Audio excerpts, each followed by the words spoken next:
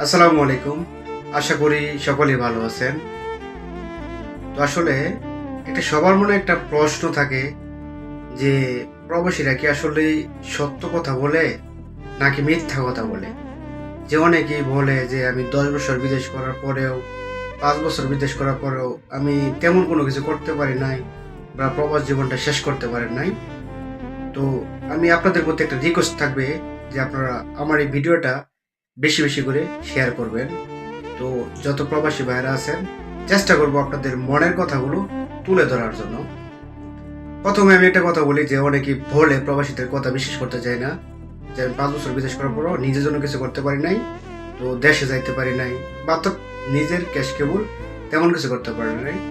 তার প্রধান সর্বপ্রথম যে সমস্যাটা বা যেটা আর কি হয়, প্রথমত যারা বর্তমান সময়ে যারা বিদেশ আছে বা বিদেশ আসলে আপনি মধ্যপ্রাচ্যের যে কোনো একটা দেশে যান না কেন ৪ লাখ ৫ লাখ টাকা অনায়াসেই লেগে যায়। তো ওই ৪-৫ লাখ টাকা জোগাড় করতে করতে দেখা যায় যে আপনার খুব কম সংখ্যক মানুষই আছে যারা কিনা নিজের টাকা দিয়ে নিজে বিদেশে আসতে পারে। বেশিরভাগ প্রবাসীরা দেখা গেছে যে টাকা ঋণ করে আসে, জমি বন্ধক দিয়ে আসে বা যে বাড়ি আসে অর্থাৎ নিজের টাকা দিয়ে আসতে পারে না। তো আসার পর দেখা গেছে ওই টাকা তুলতে তুলতে তখন দেখা যায় যে আপনার এই ২ বছর লেগে যায়, কারো ৩ বছর সময় জায়গা। আর সবাই তো আর একই খুব যে ভালো থাকে এমনটা না, অনেকে আছে তার চেয়ে বেশি সময় লেগে যায়। তো সেই সাথে দেখা যায় যে নিজের জন্য কিছু করা যায় না বা পরিবারের দিকে চিন্তা করে হায়রা আপনি দেশ থেকে আসছেন, ঋণের টাকা যখন আপনার পরিবারের উপর চাপবো তখন কি আপনি পারবেন যে এই টাকা আমি আমার নিজের কাছে রেখে দেবো, পরিবারকে দেবো না? এটা কখনোই পারবে না। যারা এবং কি ভালো মনের মানুষ বা এরকম যারা আছে তারা এটা কখনো এরকমটা করবে না যে পরিবারের উপর বোঝা রাখে এরা নিজের জন্য কিছু একটা করে ফেলা বা নিজের কাছে টাকা রাখা।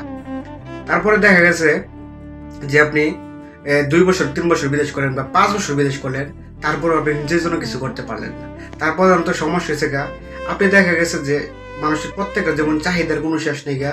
আপনার কাছে টাকা আছে ঠিকই, দেখা গেছে যে ওই অমুক বাড়িতে একটা সমস্যা হয়ে গেছে গা, আপনার ভাই অথবা ফ্যামিলির যে কেউ হোক না কেন, বাবা মা বা যে কেউ হোক না কেন, যে কোনো একটা সমস্যায় পড়ে গেছে গা। তখন সেই সমস্যা উদ্ধার করার জন্য আপনি কখনো পারবেন না যে নিজের কাছে টাকা রেখে দিয়ে এরা পরিবারের এই সমস্যাটা আপনি দেখতেন, সেটা কখনোই পারবে না। যেরকম এভাবেই অনেক সমস্যার দিক বিবেচনা করে দেখা গেছে যে প্রবাসীদের কাছে সেটা সেরকম টাকাটা থাকে না। কারণ এই আপনি ১০০ বাদে দেখবেন যে ৯৫% মানুষই আছে যারা কিনা ৫ বছর ৭ বছর বিদেশ করার পরেও নিজের কাছে তেমন খুব বেশি একটা টাকা থাকে না। পরিবারের দিক চিন্তা করে এরা তারা পুরো টাকাটাই যারা কিনা দেশে পাঠিয়ে দেয় এবং এই পরিবারকে ভালো রাখার জন্য।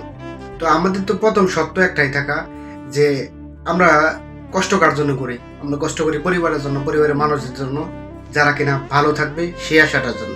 তো পরিবারের মানুষ যদি ভালো না থাকে, পরিবারের যদি কারো যদি মুখে যদি হাসি না পড়তে পারে, তো সেটা তো আর আমার জন্য হয় না। তো অনেক প্রবাসীরা আবার কি আছে, পরিবারের পাশাপাশি পরিবারকেও ভালো রাখে, সেই সাথে নিজের জন্য কোনো কিছু করে, সেটা হচ্ছে বুদ্ধিমানের কাজ।